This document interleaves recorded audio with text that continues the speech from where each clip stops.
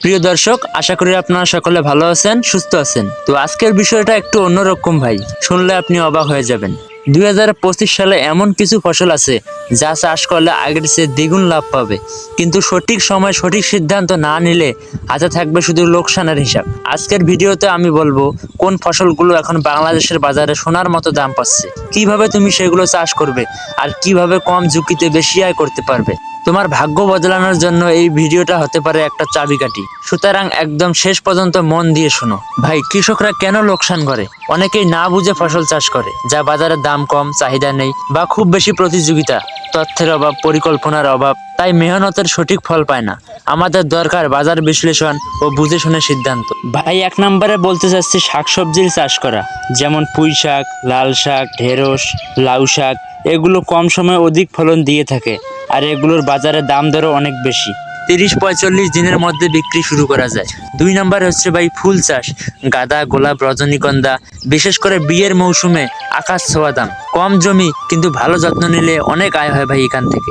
3 নম্বরে ভাই বলতে চাচ্ছি যে মাছ চাষ, পুকুরে পাঙ্গাস, রুই, কাতলা, তেলাপিয়া পুষ্টির চাহিদা মেটায়, বাজারে দাম ভালো। স্বাস্থ্যের সুরক্ষা ও খাবারের দিকে নজর দিতে হবে ভাই।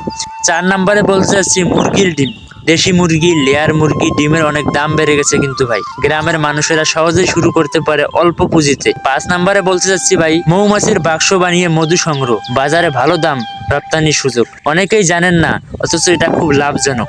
ভাই, আমি এখন এই 5টি বিষয় একসঙ্গে আলোচনা করছি। প্রথমে শাকসবজি, কারণ এটা সবচেয়ে সহজ ও কম সময়ে বেশি ফলন দেয়। এরপর ফুল চাষ, কারণ এতে সাময়িক কিন্তু বড় লাভ থাকে। তারপর মাছ চাষ ও মুরগির ডিম, কারণ এগুলো বিনিয়োগ আর ধৈর্য চায়।